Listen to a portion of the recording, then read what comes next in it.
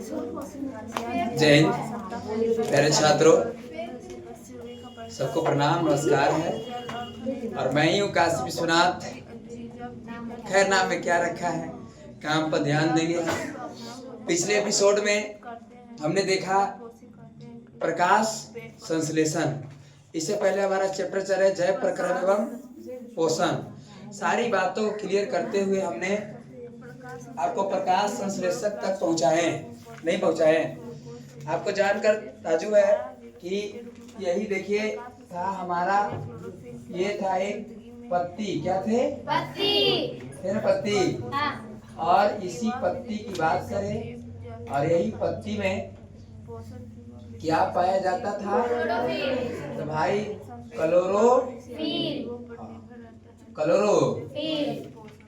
Chlorophyll पाया जाता था। यही पत्ती में क्या पाया जाता है? जल पाया जाता है, जैसे H2O। यही पत्ती जो है वायुमंडल से क्या खींचेगा? CO2। यही पत्ता जो है ऊपर से सूर्य का प्रकाश भी खींचेगा। और बताओ, जब सूर्य का प्रकाश खींचेगा तो क्या पहला परिवर्तन क्या होंगे? तो भाई जल जो है दो भागों में बढ़ जाएगा, हाइड्रोजन और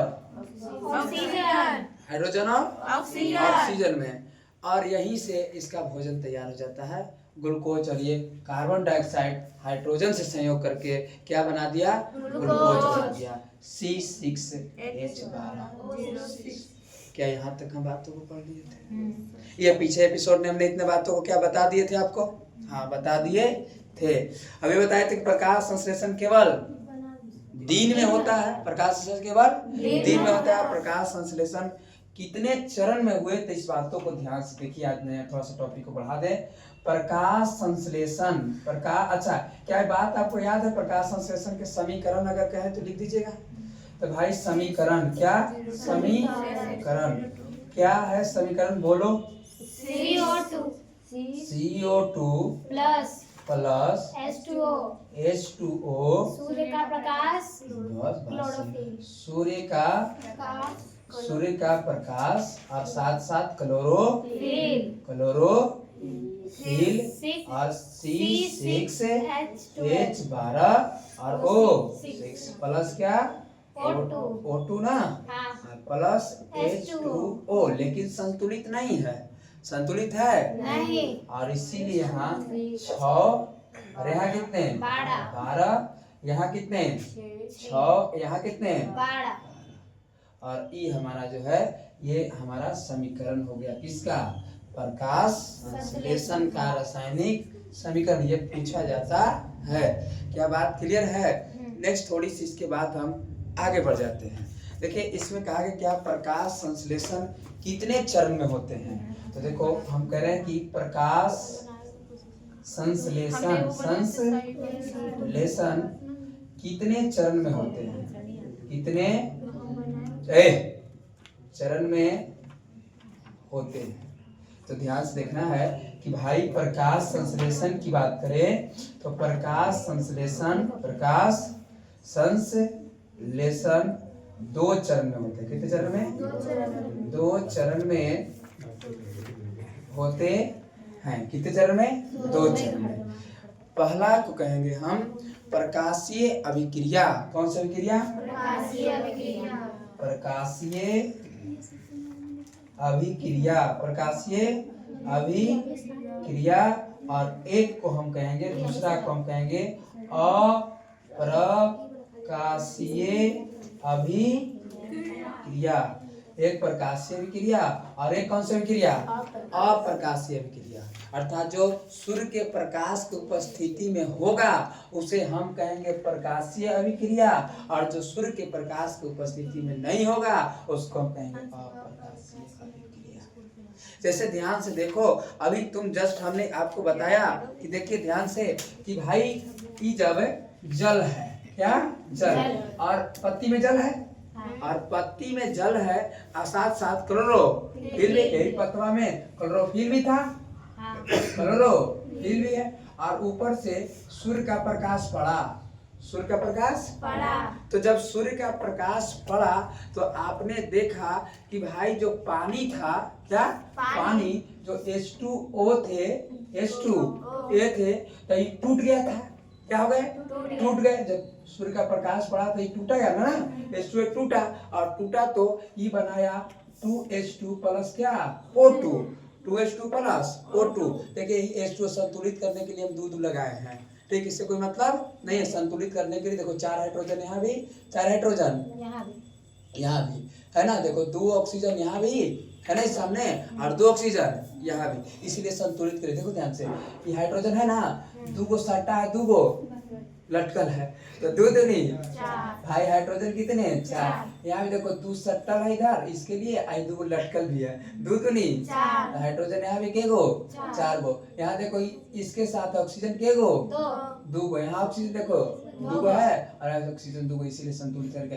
और ये जो अभिक्रिया हुआ सूर्य के साथ जो हुआ क्लोरोफिल के, तो सूर्य आया तब ना इसको तोड़ दिया। तो ऐसी अभिक्रिया को हम बात करें तो भाई प्रकाशीय अभिक्रिया हो गई। कौन क्रिया? क्योंकि प्रकाश के साथ अभिक्रिया किया ना, और इसीलिए इसको हम प्रकाशीय अभिक्रिया।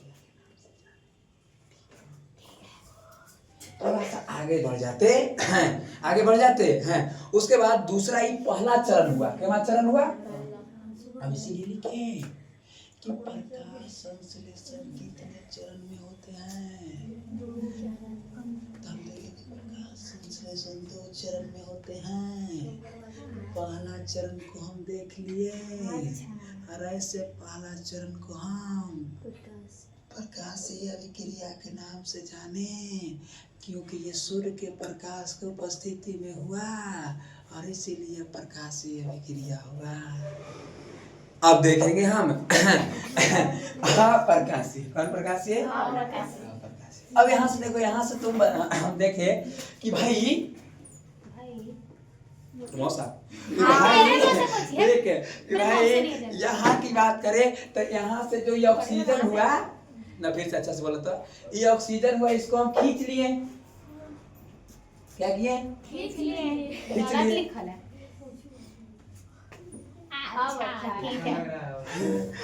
अब भाई खींच लिए तो ये हाइड्रोजन जो है अपत्य खींचेगा, बाहर से क्या लेता है? Carbon dioxide. और ये देखो CO2 प्लस क्या?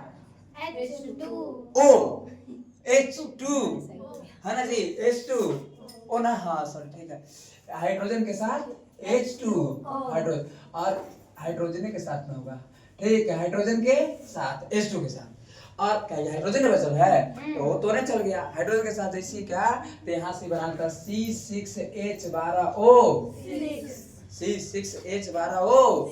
क्या यहाँ सूर्य के प्रकाश की जरूरत पड़ी? नहीं। और इसीलिए बात करें तो इसको हम अप्रकाशीय अभिक्रिया के नाम से जानते हैं। और देखो 2 चरण में ग्लूकोज का निर्माण हुआ। कितने चरण में? 2 चरण में। पहले का और ही कौन? दूसर का। और देखो अब आपसे ऑब्जेक्टिव पूछेगा कि बताइए प्रकाश संश्लेषण कितने चरण में होते हैं? 2 चरण में। प्रकाश संश्लेषण की बात करें, बताइए प्रकाशीय अभिक्रिया किसे कहते हैं? तो जो सूर्य के प्रकाश की उपस्थिति में घटित होता है उसे हम प्रकाशीय अभिक्रिया कहते हैं, और जो सूर्य के प्रकाश की उपस्थिति में घटित नहीं होता है उसे हम अप्रकाशीय अभिक्रिया के नाम से। ठीक है, यहाँ तक समझ गए? ठीक है, ठीक। आगे थोड़ा सा हम बढ़ जाते हैं। तो देखो प्रकाश संश्लेषण में प्रकाश ऊर्जा विकिरण ऊर्जा का परिवर्तन एक रासायनिक गुण के रूप में, ये जो फैक्ट है उसको हम आपको लिखवा देंगे, पहले आप लिख लें। कहाँ तक लिखवाए थे हम?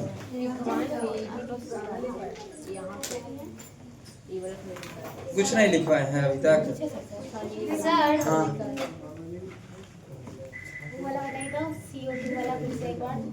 CO2 कार्बन डाइऑक्साइड हाइड्रोजन के साथ सहयोग कर दिया, बना दिया C6H12O6।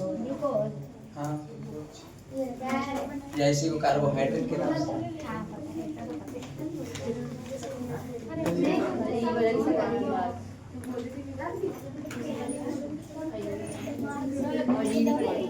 ये नहीं लिखना, वो लिखवा रहा है, हम लिखवाएंगे।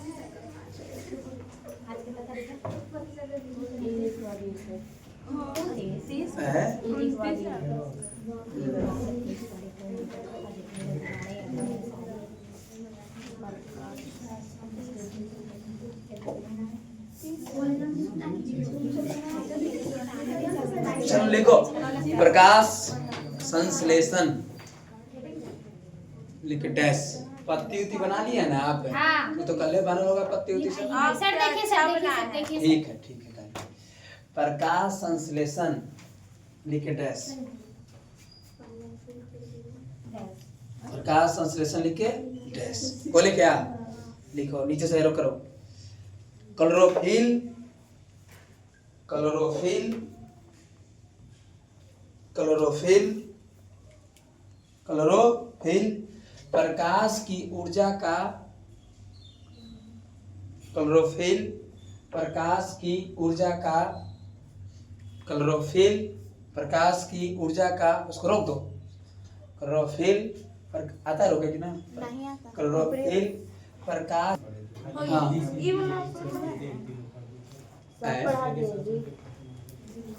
पढ़ना तो कहो। देखिए, सारे जंतु में जो पोषण थे, जंतु में जो पोषण थे वो क्लियर हुए। जंतु में पोषण क्या हुए? क्लियर। सॉरी, पौधों में पोषण जी, पौधों में पोषण क्या हुए? क्लियर हुए। अब हम अभी पढ़ेंगे जंतु में पोषण। किसमें पोषण? जंतु में पोषण। आपको किताब में लिखल होगा ये बातों को बढ़िया तरीकों से लिख लो, हेडिंग लगा के बड़ा सा। जंतु में क्या पोषण। ये अपना नया टॉपिक ला दिए हैं। जंतु में क्या पोषण। पहले हम क्या पढ़ रहे थे? पौधों में पोषण। और पौधों में कैसे कैसे पोषण हुए, प्रकाश संश्लेषण कैसे हुए, क्या सभी पेड़ पौधे में पोषण होते हैं? क्या सभी पेड़ पौधे प्रकाश संश्लेषण करते हैं? नहीं। 100% पौधे प्रकाश संश्लेषण करते हैं? नहीं सर, 100% पौधे प्रकाश संश्लेषण नहीं करते हैं। तो सेम उसी प्रकार से जंतु में, तो जंतु में भी पोषण की बात करें तो 2 प्रकार से होती है। कितने प्रकार से? जंतु ही 2 प्रकार के होते हैं। जंतु कितने प्रकार के होते हैं? 2 प्रकार। पहला होते हैं एक कोशिकीय। कैसे? एक कोशिकीय, एक कोशिकीय। और एक होता है बहुकोशिकीय। और कोशिकीय बहुकोश। सर गलत है, कोशिकीय ना। अरे छोड़ दो ना। एक कोशिकीय और कौन कोशिकीय? एक कोशिकीय की बात करें अब हम, तो वैसा जीव जिसमें की बात करें कि एक ही कोशिका होते हैं उसे हम एक कोशिकीय कहते हैं। और एक कोशिकीय में समानतः इसमें बात करें तो इसके में समानतः एक कोशिकीय में सांस उस लेने के लिए कोई विशेष अंग नहीं पाया जाता है। कोई विशेष अंग नहीं पाया जाता है। जने मन है उन्हें से खींच लिया है। और इसके अंतर्गत आता है भाई अमीबा। कौन आता है? अमीबा। पैरामीशियम, पैरामीशियम अमीबा और पैरामीशियम। बहुकोशिकीय में इसको सांस उस लेने के लिए समानता की बात करें तो इसमें समानता विशेष अंग पाए जाते हैं। जैसे हम सब जो है बहुकोशिकीय है, क्या नाक है कि नहीं है? लेकिन इसमें जो है विशेष अंग। और यही 2 में से आपसे पूछता है, एक पूछता है अमीबा के बारे में और एक पूछता है पैरामीशियम के बारे में। डिटेल थोड़ा सा। अमीबा अपना भोजन कैसे ग्रहण करता है, ठीक है। और एक पैरामीशियम।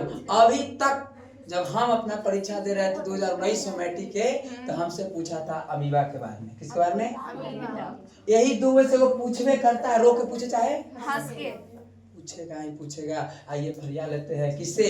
अमीबा से। न किससे? अमीबा। आप फिर किससे फरियाएंगे? पैरामीशियम। कल ही चैप्टर खत्म हो जाएंगे। ठीक है, अभी हम देख लेते हैं अमीबा को। किसको? अमीबा को। देखिए अमीबा की बात, सबसे पहले अमीबा की बात हम देख रहे हैं। अमीबा की आकार की बात करें तो जैसा ढचकल पचकल अमीबा बना दिया जाता है। कैसे? ढचकल जैसे ऐसे घुमा ढचका पचका जादही ढचका पचका अमीबा क्या हो गया? कैसे मार दिया खेती ना, टेहट लगा, क्या हो गए? अमीबा हो गया। क्या कोई दिक्कत है? क्या हो गई?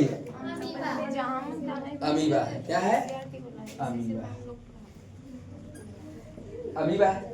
ध्यान से पहली बात, इसके गुण की बात पहले करेंगे। किसकी बात करेंगे? गुण की बात। इसका गुण की बात करेंगे। ध्यान से देखो, इसके गुण की बात करेंगे। पहला गुण की बात है कि यह जो है एक कोशिकीय जीव है। यह एक कोशिकीय, गलती कहा, यह एक कोशिकीय। दूसरी बात करें तो यह मृदु जलीय जीव है। कैसा?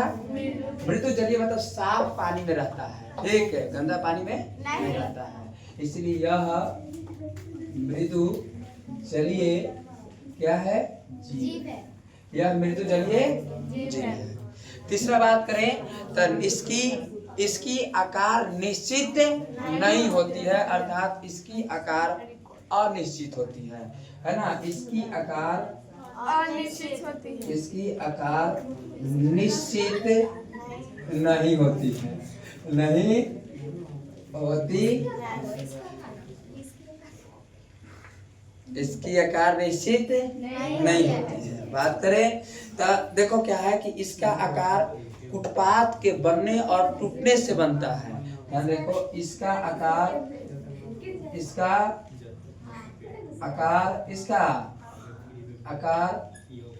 उत्पाद के बनने और टूटने से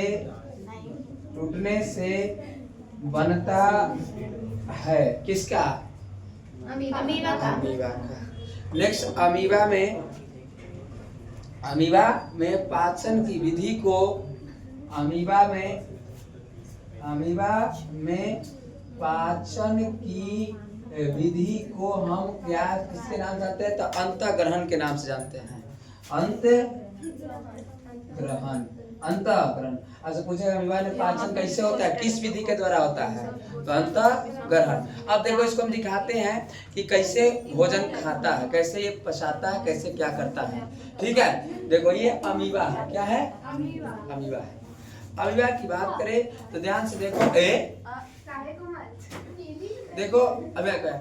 ई जो है, ई देखो ये जो है इसको कहा गया भोजन रसधानी। भोजन रसधानी। और जो ये शुरू वाला ये जो है सब लाइन है, ये जो टेंटान है, इसको हम उत्पाद कहते हैं। क्या कहते हैं? उत्पाद। पूछा है कि अमीबा अपना भोजन किसके सहारे ग्रहण करता है? उत्पाद के सहारे। किसके सहारे? उत्पाद के सहारे। नेक्स्ट बात करें तो देखो, जहाँ इसके पास अगर कोई ऐसे जीव आए, क्या है? जीव है ना, धीरे धीरे क्या करेगा कि ऐसे करके ऐसे ही दोनों को ऐसे सटा लेगा। समझ गए? अमीबा जाएगा और ऐसे जैसे ऐसे उत्पाद है। ठीक है, और यहाँ पर जीव आया तो ऐसे गया, ऐसे गया, चिपका दिया और दोनों से। अच्छा ठीक है, छोड़ना। ऐसे गया और ऐसे धीरे से चिपका लिया। चलिए सुन, लाइट बंद करो तो कुछ बतियाते हैं। रहे ना। ठीक है, ऐसे क्या कर लिया? खींच लिया। तो भाई खाना चुप रहो, खाना खाया भाई, बात समझो, नहीं तो ऐसे लिखवा दें, खा लियो।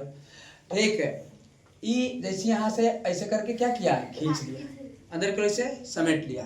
समेटने के बाद करें तो ये देखो, ये भोजन रसधानी है। भोजन रसधानी। और इसको ये घींच करके ले आया कहाँ? भोजन रसधानी। कैसे हम खाना खाया तो पेट के अंदर ले गए और भोजन रसधानी में ले आया और भोजन रसधानी में ला करके यहीं पर ये भोजन को तोड़ा। भोजन को क्या किया? तोड़ा। भोजन को जैसे तोड़ा तब भोजन टूटेगा दो भागों में। एक भोजन जो होगा वो उपयोगी पदार्थ होगा और एक क्या होगा अनुपयोगी। अन पोषक तत्व याद है आपको? पोषक तत्व जो है या पोषण याद है ना? पोषक तत्वों को ग्रहण कर उसका उपयोग करना। एक तो उसी प्रकार से यहाँ से ग्रहण किया और जो उपयोगी है उसको अपने ग्रहण किया और अनुपयोगी मतलब कहना कि भोजन को अमीबा भोजन को कहाँ तोड़ा? भोजन राजधानी में। तोड़ने के बाद भोजन कितने रूप में हो गए? दो रूप में, एक उपयोगी और एक क्या अनुपयोगी। अनुपयोगी, उपयोगी और अनुपयोगी। क्या बात क्लियर है कि नहीं क्लियर है? और देखो जो बात किया तोड़ा गया भोजन को, उसका जो पचा जो भोजन हुआ, कैसा भोजन? पचा भोजन। पचा भोजन और पचा भोजन को ये अपना कोशिका द्रव में भेजा। कहाँ कर दिया? कोशिका द्रव में भेज दिया। ही कोशिका द्रव में, कोशिका द्रव में भेजा। और जो पचा भोजन मतलब उपयोग वाला, कौन वाला? उपयोग वाला। और जो अनपचा भोजन हुआ, कैसे? अनपचा जो भोजन हुआ और अनपचा भोजन को ये अपने शरीर से कहाँ भेज दिया? बाहर कर दिया। और यही शरीर के सतह से, ये जो शरीर का इसका सतह है ना जी, और यही शरीर की सतह से, शरीर की सतह से कहाँ कर दिया? बाहर कर दिया। शरीर की सतह से बाहर कर दिया। कौन? अमीबा। और इस क्रिया को विसरण क्रिया के नाम से जाना गया। और इस क्रिया को विसरण क्रिया। आप ध्यान दे बबुआ, सवाल पूछता हुआ कि अमीबा पाचन के विधि में कौन से क्रिया लगाया? अंतःग्रहण। आप पाचन में अंतःग्रहण। आप भोजन को बाहर निकालने में कौन से क्रिया लगाया? विसरण क्रिया, है ना? अमीबा अपना भोजन किसके सहारे खींचता है? बोला जी? जो भोजन को खींचा वो भोजन को कहाँ लेके जाता है? भोजन राजधानी में। भोजन वहाँ क्या टूटा कि नहीं टूटा? कितने भागों में? एक कौन? उपयोगी भोजन को जो है अर्थात जो पचा भोजन हो गया उसको कहाँ लेके गया? कोशिका द्रव। जो अनपचा भोजन हो गया उसको कहाँ कर दिया? शरीर के सतह से बाहर कर दिया। और शरीर के सतह से जब बाहर कर दिया, आई किस क्रिया द्वारा किया? अब बताओ बबुआ, यह एक कैसा जीव है? यह कहाँ रहता है? साफ जल में, मृदु जलीय जीव है। और इसका आकार कैसा होता है? अनिश्चित। प्यारे छात्रों और बताइए इसका आकार कैसे बनता बिगड़ता है? उत्पाद के बनने और टूटने पर भी इसका आकार जो है बदलते बिगड़ते रहता है। और ये अपना भोजन कैसे करता है? क्या अमीबा से क्वेश्चन छूट जाता है? नहीं। छूट जाता है? नहीं। कि छूट जाता है? समझ गए? अब लिखा अमीबा। रोक दो।